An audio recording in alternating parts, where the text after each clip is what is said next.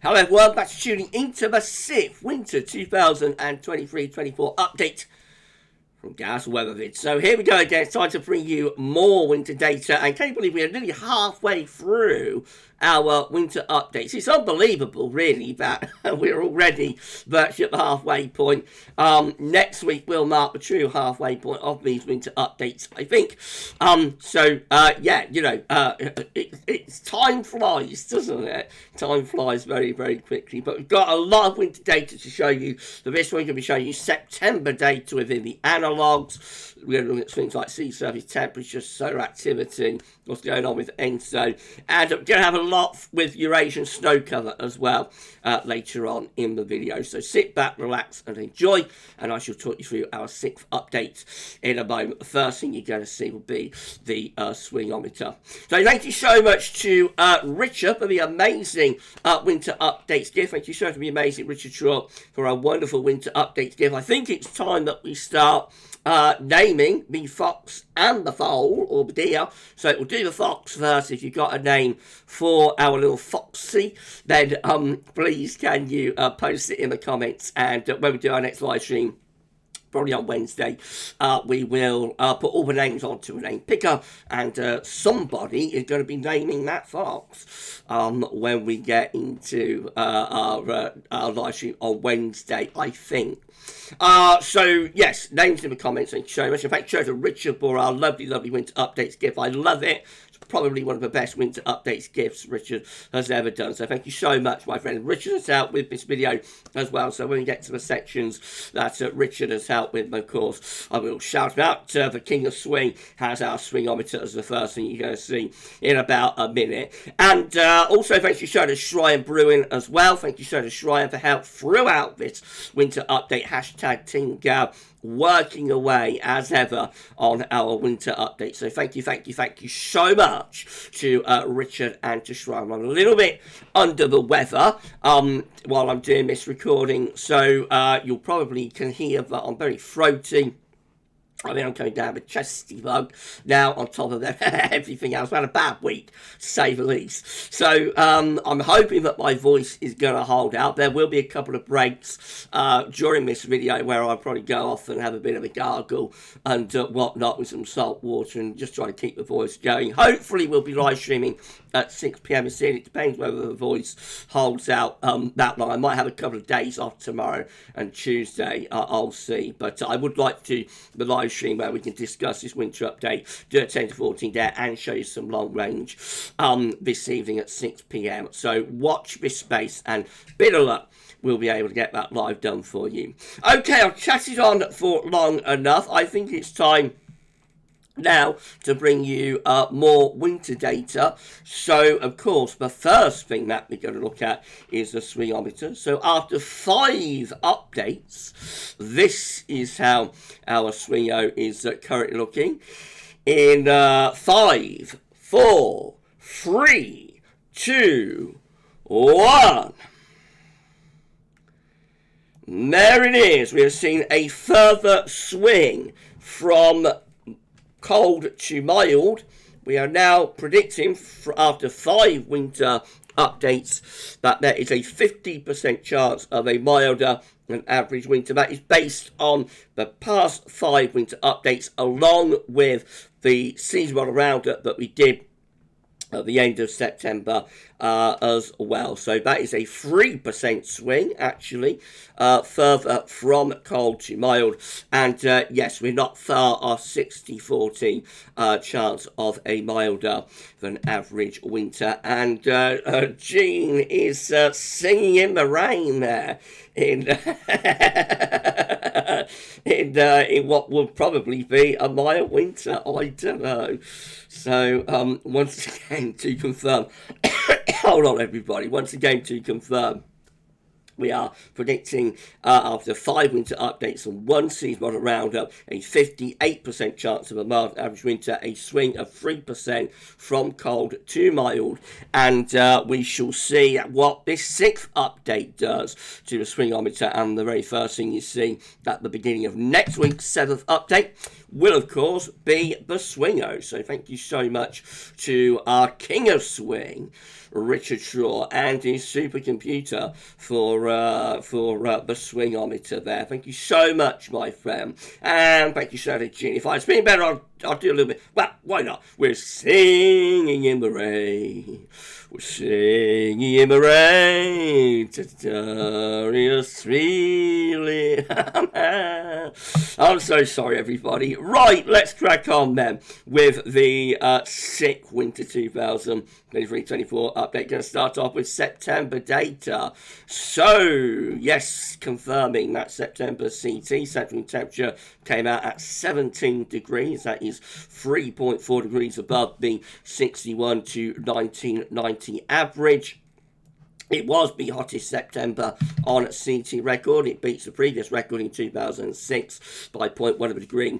And so we're going to do a countdown. You know we love a countdown at GavsWeatherVids. No, I haven't better do that. I've got to keep the voice going for about 40-50 minutes. So I'm better do that this time. So yes, we're looking at winters following my top 10 warmest September since 1950. At number 10, we've got 1958, 1959. This was quite a chilly winter, above average heights, high pressure to the north, and bringing the wind from more of the north or northeasterly. Which has a cold January, but then gets mild in February. Quite a dry winter as well for 58, 59. At number 9, we've got 2014, the 9th warmest September.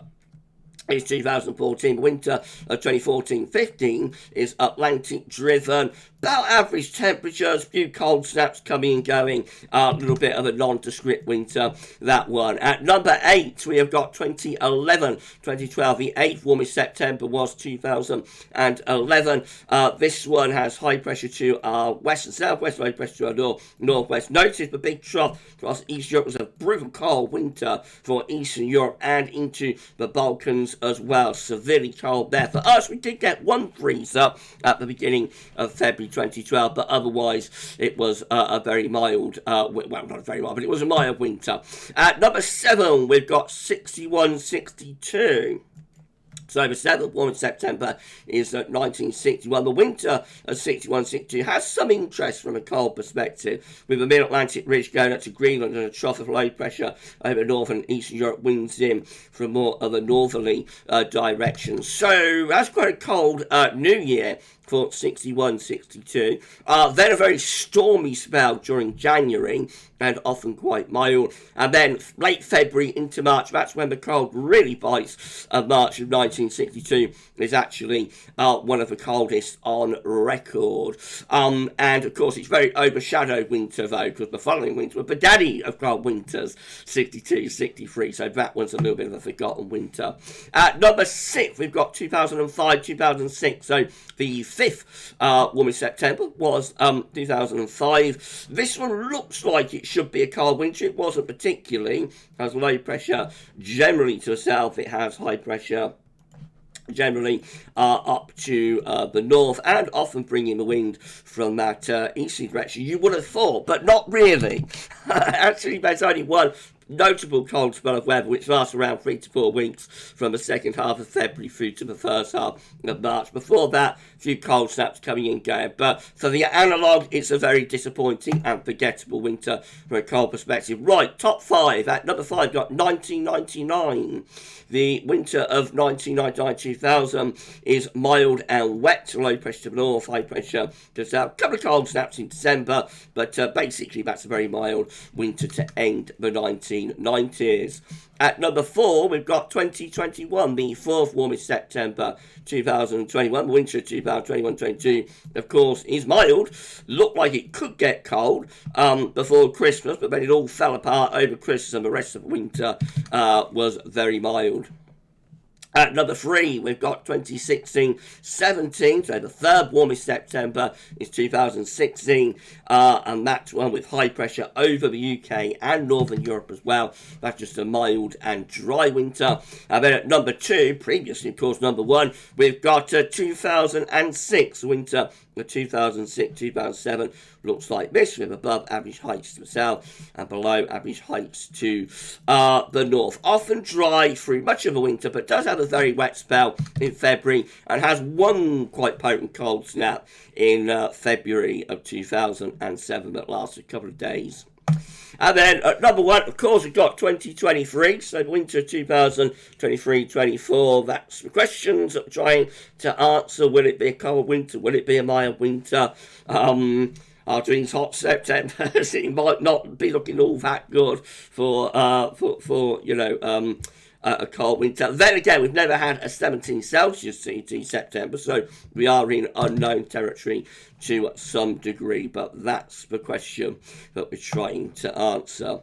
Okay, let's put all that together then. So this is how all Decembers combined are looking, following the top 10 warmest Septembers. Generally mild and wet signal with below average heights to our north, above average heights to our south, winds coming in from the west, so an Atlantic-driven mild and wet signal for December. It's pretty mild for January as well. The higher pressure drifts northwards, generally centred over to the west of the country, though still bringing the wind from off the Atlantic, which is a mild wind direction. Could be a cold signal for Eastern Europe. Again, remember 2011, 2012 is in the mix, and that was a very, very cold winter for Eastern Europe and the Balkans, etc., etc., etc. So, yes, potentially cold signal for January is there, but for us in Western Europe, generally a mild and dry signal. And then all February is combined, following the top 10 warmest September. Still looking mild. The Azores high reaching into West Europe. Quite a dry signal after the wet December. It looks like January and February both go quite mild. But with so much low pressure to the north, there would be light windstorm potential at times. But generally, yes, we see pretty mild signal. Again, notice the trough here across the east and southeast Europe. It definitely looks like it could be a signal for cold weather, you know, from southern Russia into the Black Sea, into Ukraine, into the Balkans, and then down to Greece and Turkey. One of those winters favour where you get snow piling up in Athens and not a flake falls in London, which drives people absolutely crazy, I know. And finally, this is how all winters combined are looking, following the top 10 warmest Septembers. Look away now if you want if you want a cold winter. Get behind the sage long, because high pressure is in the ascendancy, but it's centred over to the west country. Not a sniff of northern blocking, just below average heights, low pressure up to the north. A signal for a cold winter for east and southeastern Europe. We do have people watching, so hello to all of you in the Balkans and whatnot, and into Greece and in the east of southeast Europe. Hello to all of you. But for us in the UK and Ireland and West Europe, that is a mild signal from the top 10 warmest Septembers. Right, we are done with the first section of this update. I want to pause the video there, and I'll go off and water the throat a little bit, I think. And when we return, we're going to start looking at solar data. So solar data will be what kicks off the second section of this 6th winter update. I shall see you in 2 seconds. Why don't you go off and get yourself a cup of tea, or, you know, a few biscuits and whatnot, a few nibbles, and I'll see you very, very soon with more winter data.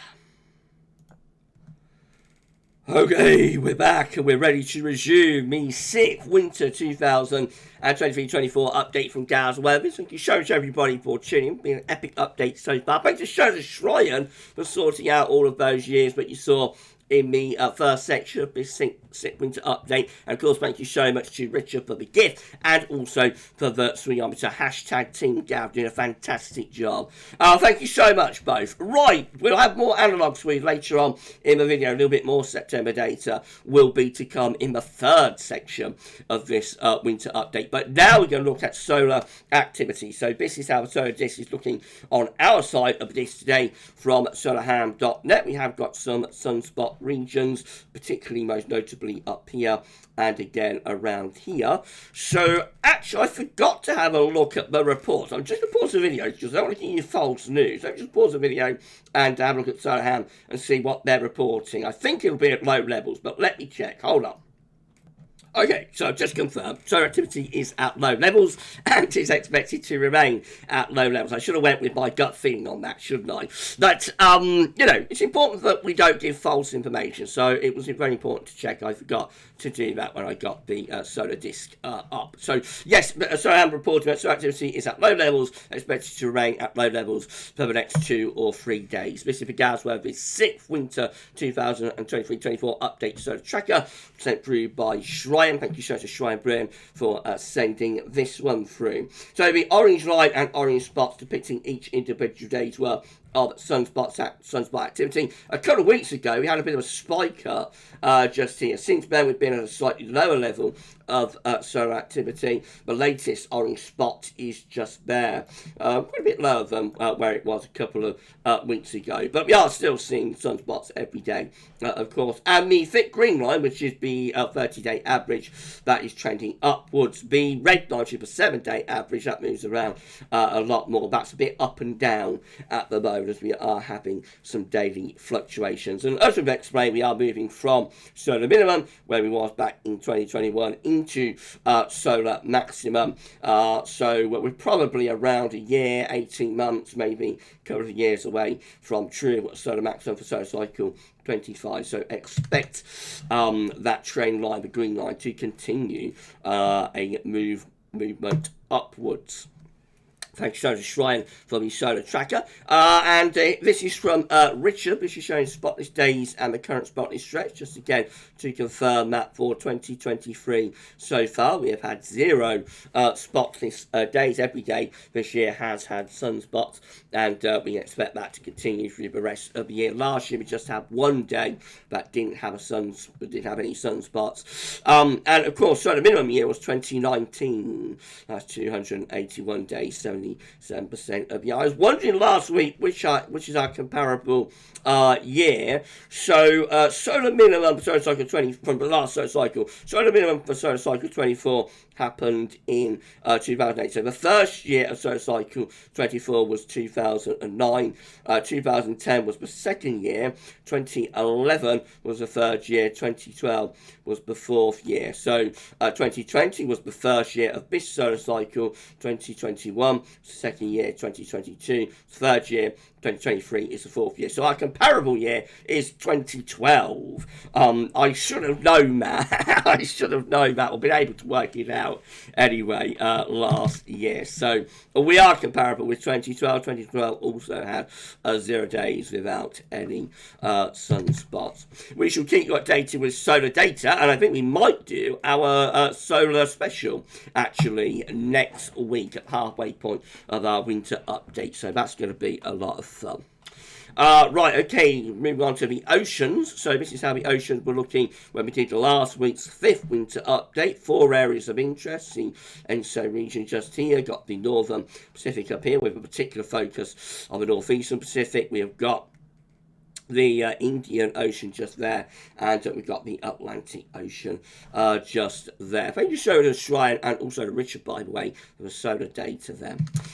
Right, so this is how the oceans were looking when we did last week's 5th update. This is the latest as of the 6th of October. Let's deal with the ENSO region first of all. Not been much change, but I think we've possibly warmed things up again in the eastern portion of the ENSO region. Let's go back to last week and have a look. So not really all that much change is there, possibly just there.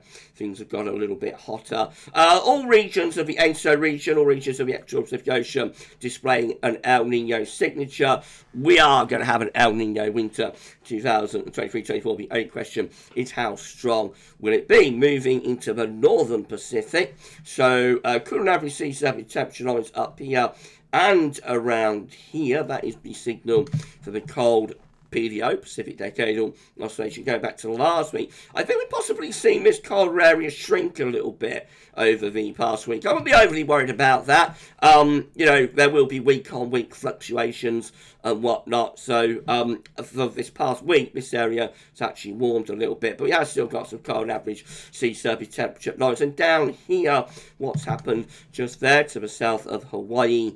Again, that area has perhaps shrunk slightly. So over past week, a little bit of weakening of that cold PDO signature, but it is still there to some degree. In the Indian Ocean, the positive IOD phase continues, so warmer over here towards India and Asia, and cooler over here towards Indonesia. That, when the Indian Ocean is divided like that, is the positive warm phase of the IOD Indian Ocean dipole. We explained last week through analogues and reanalysis what that could mean. First time we'd ever looked at IOD analogues, so check out last week's 5th winter update if you want to know what the impact of that could be.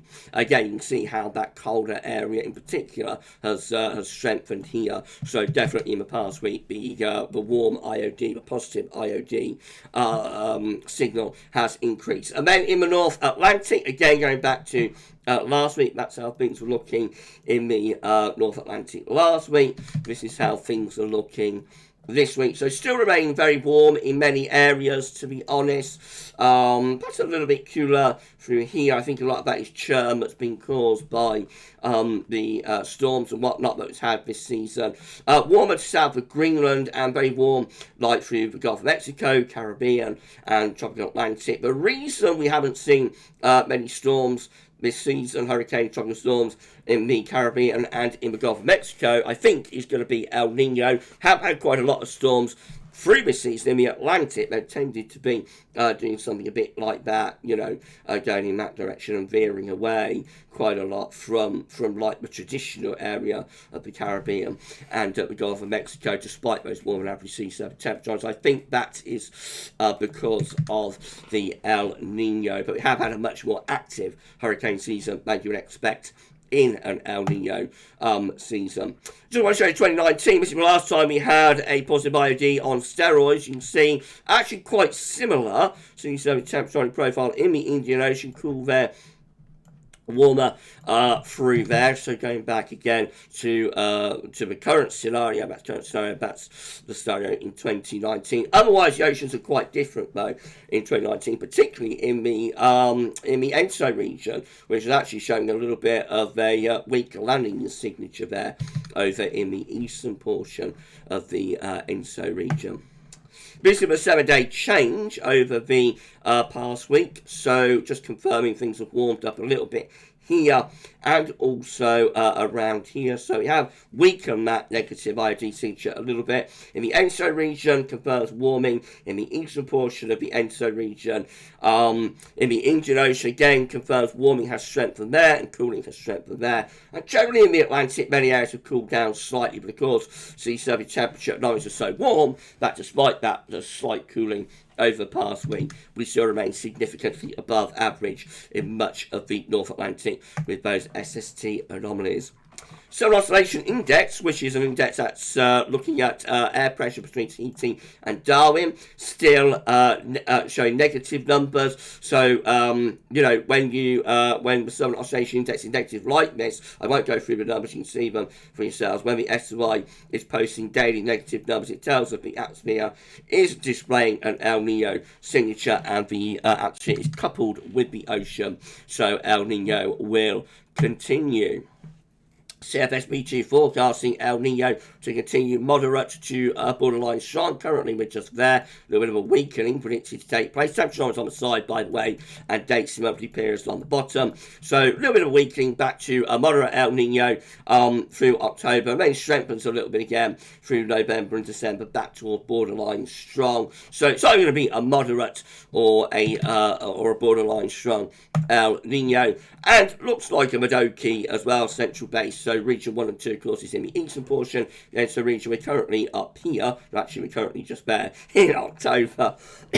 around 1.5 degrees above average. That looks like in a week to around 1 degree above average in regions 1 and 2. So regions 3 and 4 over 1.5 degrees above average. That's what we call a Madoki central-based El Nino. Later in winter updates, we will explain what Madoki El Nino might mean for us. Right, this is related to sea surface temperature anomalies, of course. This is how the tropical storm and Atlantic hurricane season is looking. This is a page at Wikipedia. So these are the scores on the doors. We have currently got 18, or had 18 depressions, 18 tropical storms, 6 hurricanes, and 3 major category 3 or above hurricanes. I think that's mostly unchanged on last week. This is from Ace Master Shrine. Thank you so much to Ace Master for keeping our ACE page updated. Remember, ACE accumulated cyclone energy is measuring how much energy both each individual storm is emitting and then the season overall. The classification below normal, near normal, above average, hyperactive. So we come down to the latest. And we can see that for 2023 so far, the ACE is sitting at 129.00 after 18 tropical storms, 6 hurricanes, 3 majors. That is above normal this season now, is officially above average for this point in the season. It may stay above average, could go hyperactive. We see 2020, last time we had a hyperactive season. That was with an ACE of 180.37. So we've probably got to put on, I think I've probably got to have like another 1 or 2 major hurricanes to get to hyperactive. That might be quite an ask for an El Nino season. So I've got a feeling this will probably stay above normal rather than hyperactive. But we shall see later in our winter updates. We will explain what above normal hurricane season can sometimes mean. By the way, the running average at this point in the hurricane season, which should be at 101.70, so we're above that, and we're above where we ended up last year. Last year we ended up at 95.10, so this season is already above the total of last year.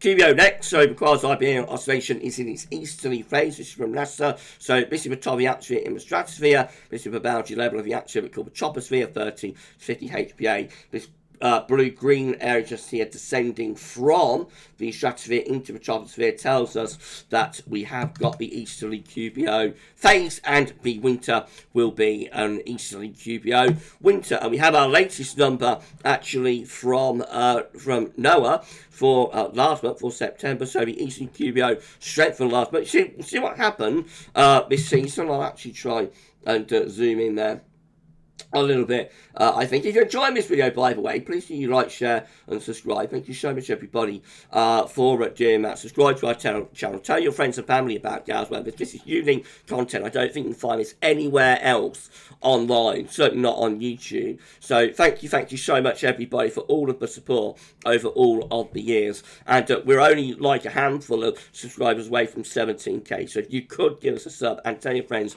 about to subscribe, it would be amazing. Right, 2023 so far, starting at 12.50. Thanks to Shrine, by the way, the Ace Master, for updating our Ace page a moment ago. So we start 2023 in the westerly phase of the QBO. It reverses in the summer back to 0.72, and then after that we see the ECQBO strengthening. So we go from 0.72 to minus 5.96, minus 8, minus 9.88, and the latest number for September 2023 is coming in at minus 13.58. The rest of the year, October, November, December, will be easterly for the QBO, will be negative with those numbers, and that will carry on down here into January, February, March, etc., etc.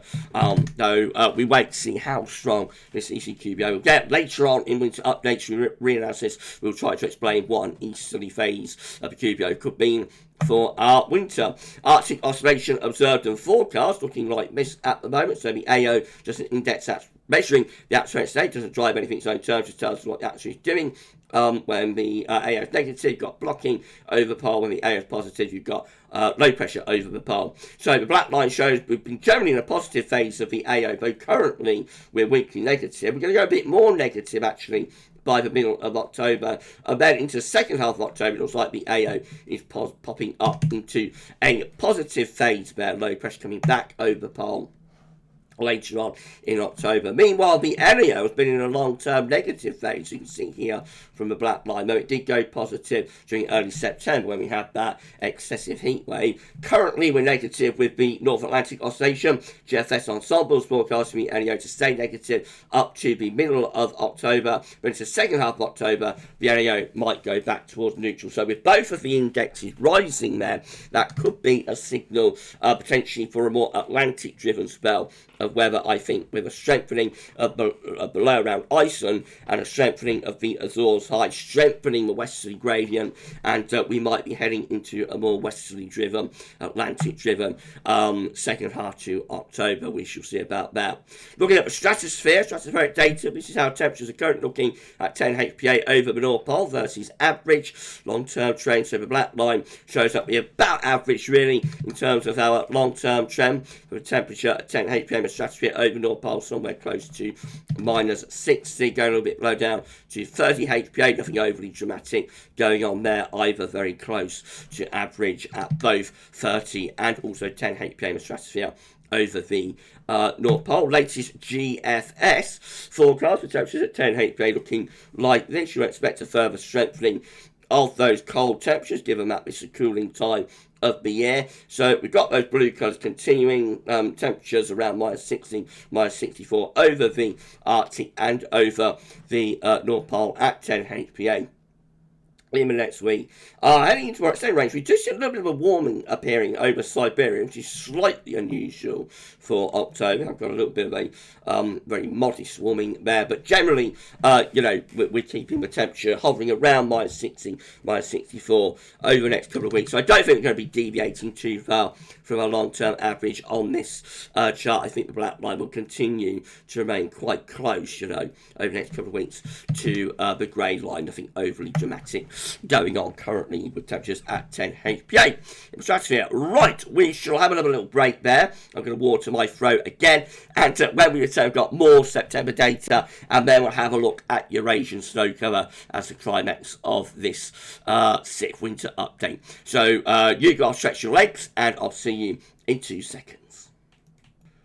Okay, we're back, and for the final time, we are ready to resume the epic CET Winter 2023-24 update from GavsWeatherVids. If you've enjoyed this video so far, unique content, you cannot find this anywhere else online, on YouTube, or anywhere else. So if you've enjoyed this CET update, please do you like, share, and subscribe. Thank you so much, everybody, for doing that. We are a handful of subscribers away from 17k, our next 1,000. So please give us a sub, and please check out all the ways that you can help fund our channel as well. So there's our merch store, there's our PayPal page. You can become a channel member by clicking the join button for £4 a month. You can become a channel member for GavsWeatherVids and get exclusive access to content and perks, and you can give a super thanks as well with the comments for this video, and it will highlight your comment. You get a shout out in the video if you do that. Get a shout out if you become a channel member. You'll get a shout out as well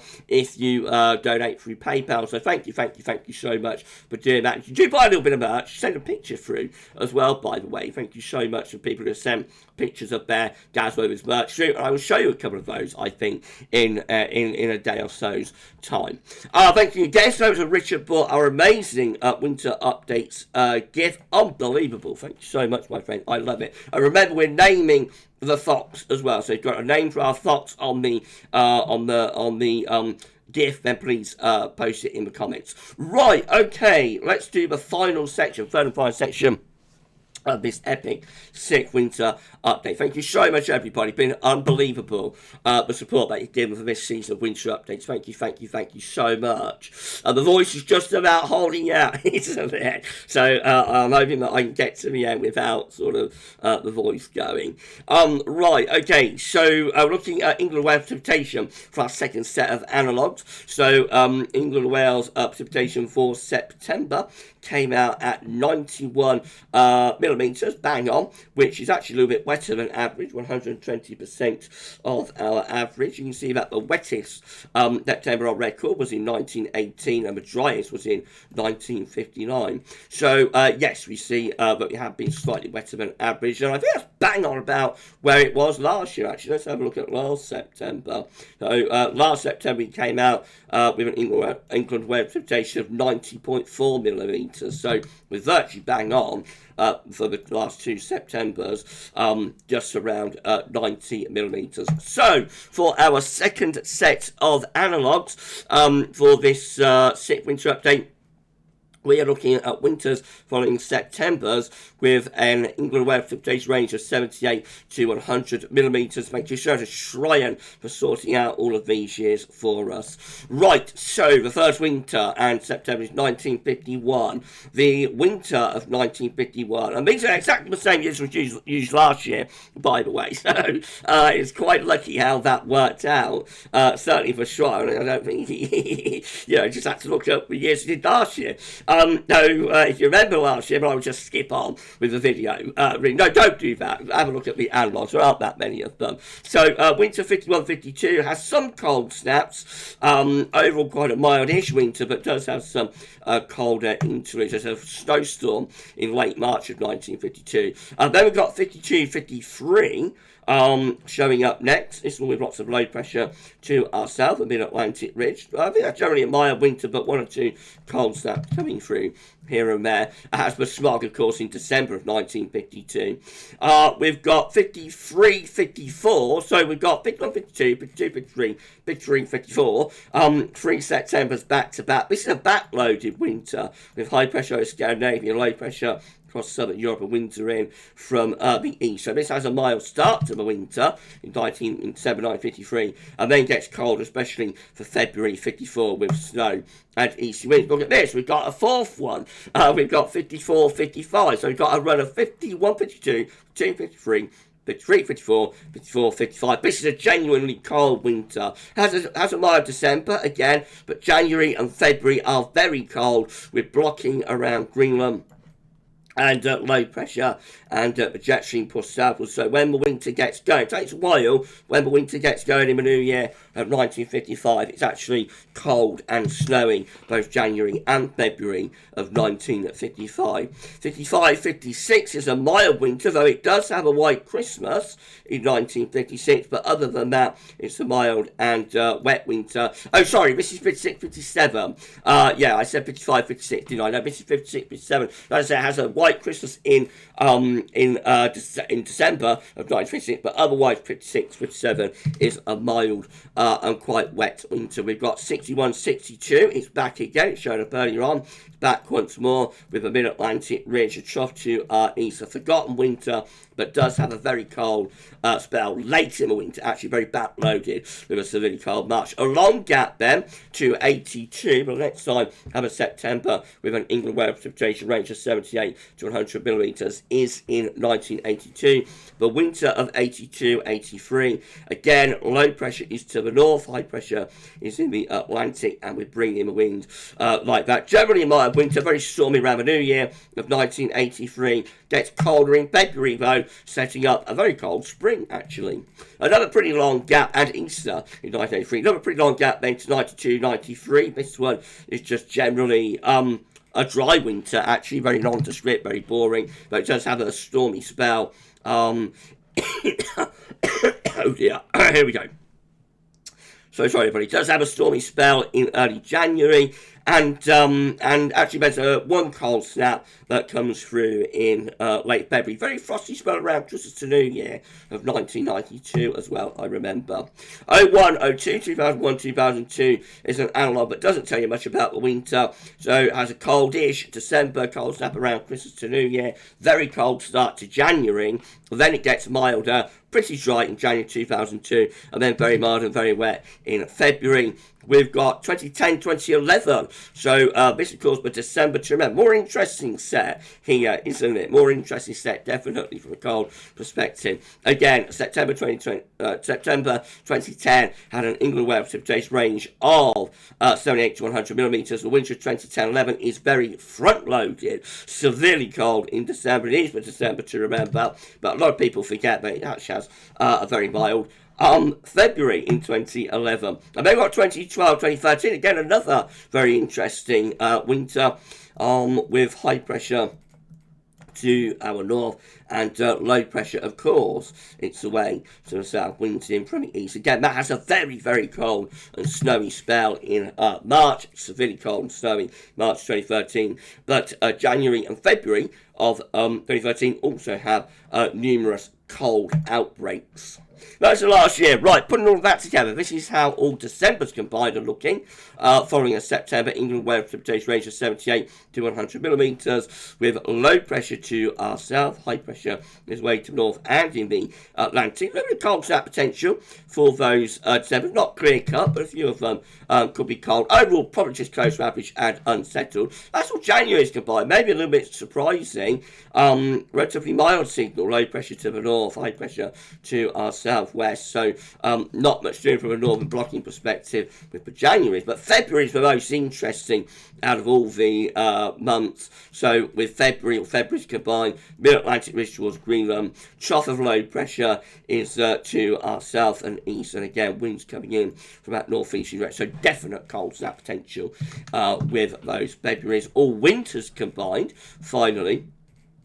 Looks like that, where we have a September England weather precipitation range of 78 to 100 millimeters. High pressure in the Atlantic, low pressure is away to our east. So some cold snap potential, particularly focus maybe on December, but particularly on February, less so for January. Right, the final thing we're going to look at, I bet you've been looking at the tabs and wondering where the Eurasian snow cover is, haven't you? The final thing we're going to look at is going to be Eurasian snow cover. Again, if you enjoyed the video, please can you like, share, subscribe. Thank you so much, everyone, for doing that. So this is how Eurasian snow cover was looking when we did last week's 5th update. So we did have some snow cover across northern, northeastern portions of Siberia. This is the latest as of 6th of October, and we have seen quite big gains actually in snow cover across eastern portions of Siberia over the past week. So definite increase in snow cover there from last week to this week. Right, we're going to start going through all of these years now, I think, so I'll get rid of that.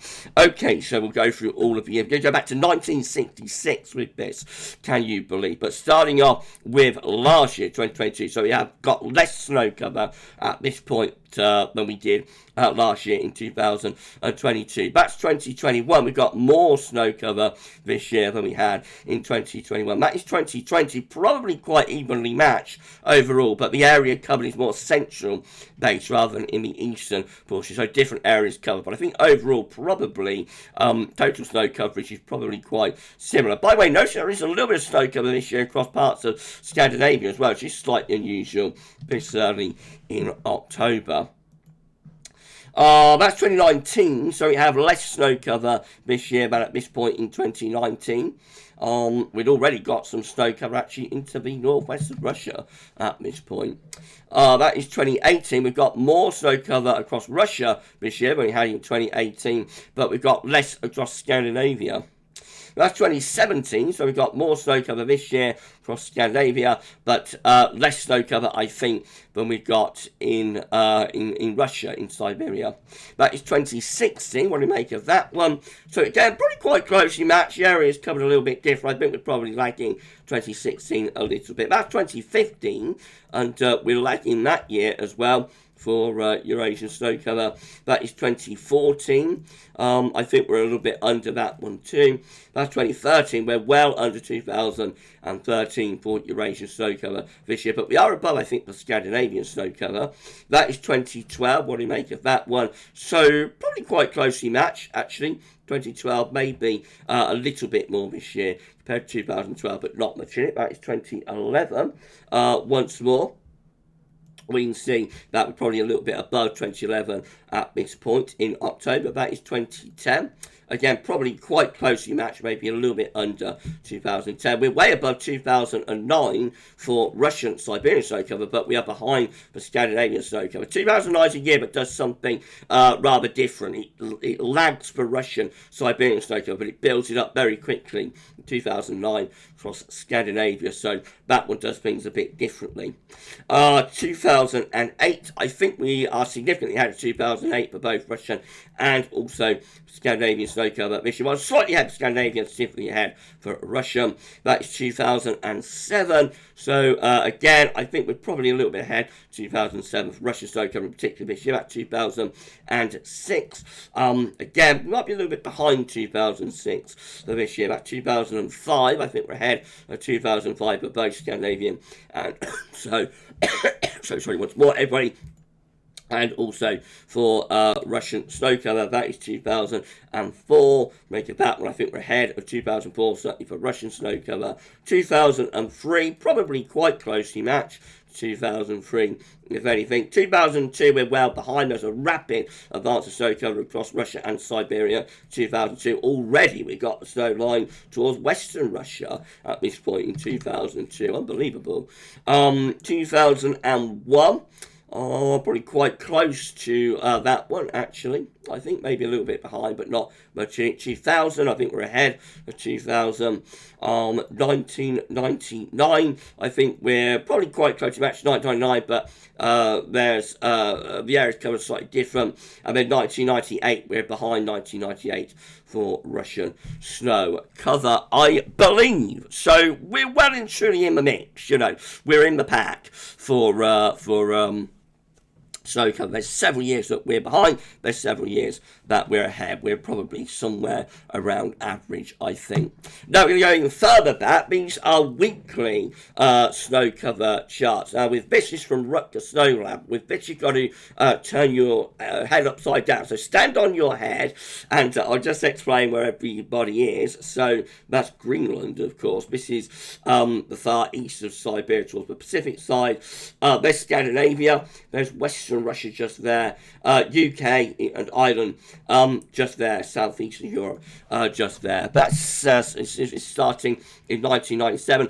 Just focus on this one last time. I won't do a year-by-year comparison. Just focus on that one last time, and we shall whiz through. So, 1997, we are ahead of 1997 this year. 1996, we're probably quite closely matched to 96. 1995, I think we're quite closely matched to that year. We're ahead of 1994. I think we're a little bit ahead of 1993 as well. 1992, we're ahead of that year. 1991, yes, we're ahead of that year. 1990, I think we're a little bit ahead of that one. 1989, we're perhaps a little bit behind that year. 1988, we're well ahead of 1988 this year. 1987, yes, we're ahead of that year. We're ahead of 1986. There we go. We're ahead of 1986 as well. Well ahead of 1985. Good gracious me, no comparison.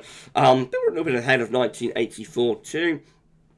1983, 1983, we're ahead of that year, I think. 1982, yes, we're ahead of that one. Ahead of 1981, ahead of 1980. Probably quite closely matched to 1979. Ahead of 1978. Behind 1977. Behind 1976. Probably behind 1975. This is all subjective, by the way, so please let me know in the comments which year you think we're closest to, particularly from now to 1998, but also if you want back to 1966. This is 1974, I think we're a little bit ahead of that one. 1973, probably a bit behind that one in totality. 1972, probably a bit behind that one. Ahead of 1971, ahead of 1970, no data. 1969, behind 1968, ahead of 1967, and probably a bit ahead of 1966. Wow, wow, wow.